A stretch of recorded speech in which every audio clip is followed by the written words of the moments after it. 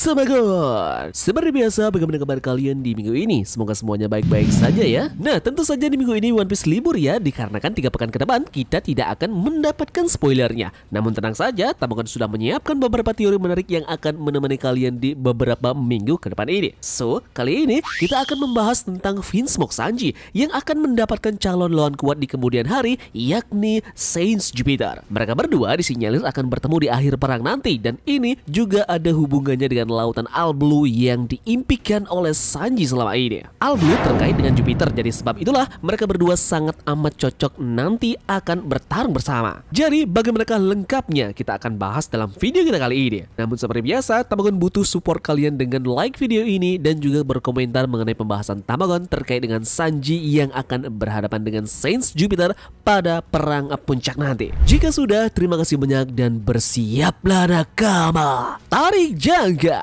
dan mari kita berlayar.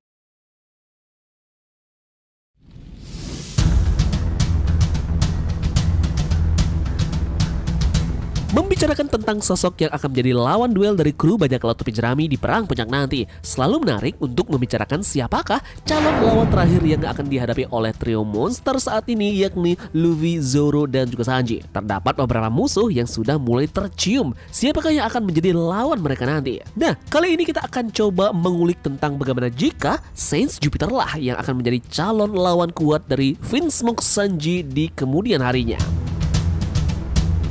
Oke, mengapa Sanji bisa dikatakan langsung menjadi calon lawan dari Jupiter? Yep, ini mengacu kepada impian Sanji, yakni ingin menemukan All Blue, yang ternyata bisa jadi ada keterkaitan menarik antara All Blue dengan Jupiter. Jupiter pertama kali diperkenalkan bersama dengan Gorosei lainnya di chapter 233. Baru pada chapter 1086 kita mengetahui tidak hanya nama lengkap dari semua Gorosei ini, namun juga posisi sebagai Gorosei masing-masing. Saint Shepard Jupiter sendiri adalah prajurit dewa pertanian, dan akhirnya pada chapter 1110 Jupiter muncul di Aegis dalam wujud iblisnya dengan tampilan sebagai sandworm atau cacing pasir. Oke, cacing pasir dan dewa perjuangan pertanian. Inilah dua fakta menarik yang bisa kita hubungkan ke berbagai hal sebagai sumber inspirasi yang akan diambil oleh Oda Sensei. Pertama, ada karya Dan milik Frank Herbert. Di Dan sendiri, cacing pasir adalah bentuk kehidupan utama di planet gurun Arrakis, tempat mereka dibenci dan ditakuti oleh Fremen. Cacing pasir digambarkan sebagai makhluk dengan kulit kasar mirip sisik yang membentuk cincin di sekelilingnya, mirip dengan desain dari Saints Jupiter.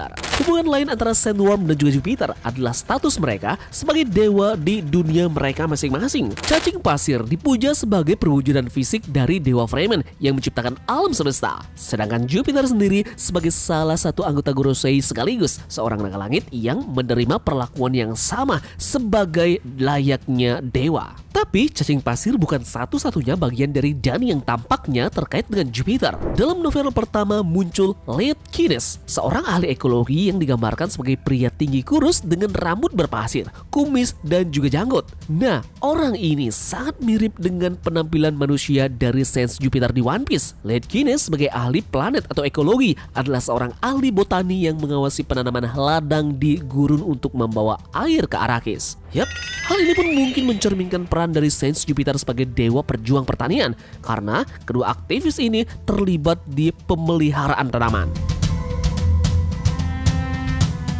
Kita kembali ke cerita Dan dengan melakukan terraforming di planet Arrakis dan membawa air ke permukaan. Cacing pasir berada dalam bahaya kepunahan di tahun-tahun mendatang. Hal ini dimungkinkan karena alasan sederhana. Air sangat beracun bagi cacing pasir. Keracunan ini mungkin akan juga dirasakan oleh Gorosei di kemudian hari. Di Aegis sendiri kita bisa melihat kekuatan luar biasa yang ditujukan Saturnus saat dia menerima banyak kerusakan tetapi sembuh dengan mudah di beberapa detik setelahnya. Namun satu panel di chapter 1073 kita bisa melihat bahwa Gorosei mungkin memiliki satu kelemahan yang dapat digunakan untuk melawan mereka, yakni sebuah racun. Hal ini membuka kemungkinan bahwa Gorosei tidak dapat menyembuhkan dirinya sendiri dari keracunan. Kita bisa melihat sendiri pada tes makanan yang diuji coba oleh Saturnus pada kapal di perjalanan menuju Pulau Aegean. Hubungan ini mungkin jelas-jelas terkait dengan Sandworm Didan dan Gorosei dengan Jupiternya. Keduanya bisa saja diracun dan dibunuh, mungkin dengan zat yang sama dengan racun, yakni air. Nah, disinilah Alblue menjadi relevan. Meskipun kita telah mendengar tentang Alblue sejak chapter 56, kita tentu masih belum memiliki informasi lebih lanjut tentangnya. Selain merupakan lautan tempat ikan-ikan dari seluruh lautan lainnya hidup bersama, seperti yang dikatakan oleh Sanji. Nah, menurut informasi atau rumor yang beredar, Alblue ini merupakan sebuah wilayah legendaris yang ada di lautan. Alblue merupakan sebuah wilayah di mana ini jadi satu-satunya tempat di dunia One Piece di mana seluruh dari 4 lautan, North Blue, East Blue, South Blue, dan juga West Blue bertemu di satu tempat tersebut. Jadi karena itulah Alblue merupakan tempat berkumpul bagi seluruh jenis ikan yang ada di dunia One Piece. Nah, tempat ini dianggap sebagai mimpi atau legenda. Tempat ini pasti menyembunyikan rahasia lain selain apa yang kita pikir yang kita ketahui saat ini. Lalu, apa rahasia dari Alblue? Mungkinkah kepentingannya lebih dari sekedar lautan yang menjadi satu, atau ada hal lain yang menjadikan lautan ini berbahaya? Yep, seperti air bagi Sandworm Didan, mungkin Alblue bisa jadi racun bagi para Gorosei. Pengguna dari buah iblis tidak akan bisa berenang, tenggelam begitu saja ke laut, dan kekuatannya pun hilang saat terkena batu laut. Jadi, mungkinkah Alblue mampu menentang atau bahkan menghapus keberadaan buah iblis dari penggunanya? Dan ini pun memungkinkan nanti lautan legendaris ini akan berfungsi sebagai penawar dari kutukan yang dimiliki oleh para Gorosei. Alblue merupakan ancaman terhadap rencana Im dan juga Gorosei sehingga mereka harus menghancurkan atau menyembunyikannya. Yep, disinilah Dewa Perjuangan Pertanian masuk. Saint Jupiter mungkin bertanggung jawab langsung atas hilangnya Alblue.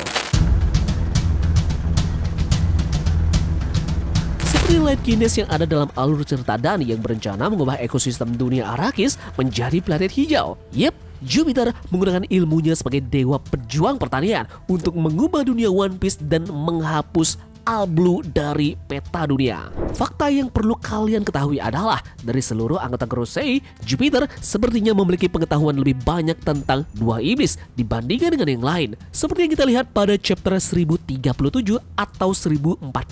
Jadi, Alblue adalah ancaman bagi world government. Jupiter menemukan cara untuk mengubah dunia berabad-abad lalu yang membuat Alblue ini menghilang. Nah, disinilah peran dari Jupiter ini menghentikan impian dari Vinsmoke Sanji yang akan menjadi kenyataan. Ini akan bisa menjadi penyebab keduanya akan bertemu di kemudian hari dengan membahas Alblue yang akan menjadi daya tarik tersendiri dalam pertarungan mereka nanti. Yep, jadi bagaimana pendapat kalian mengenai teori dari Saint Jupiter yang akan berhadapan dengan Sanji di kemudian hari yang akan ada hubungannya dengan Alblue yang hilang? Tulis pendapat kalian di kolom komentar ya. Dan terima kasih dari kalian yang sudah mau ikut berlayar bersama-sama Tamagon hari ini. Sampai jumpa di pulau selanjutnya. Sekian dari Tamagon dan turunkan jangkar. Mari kita berlabuh.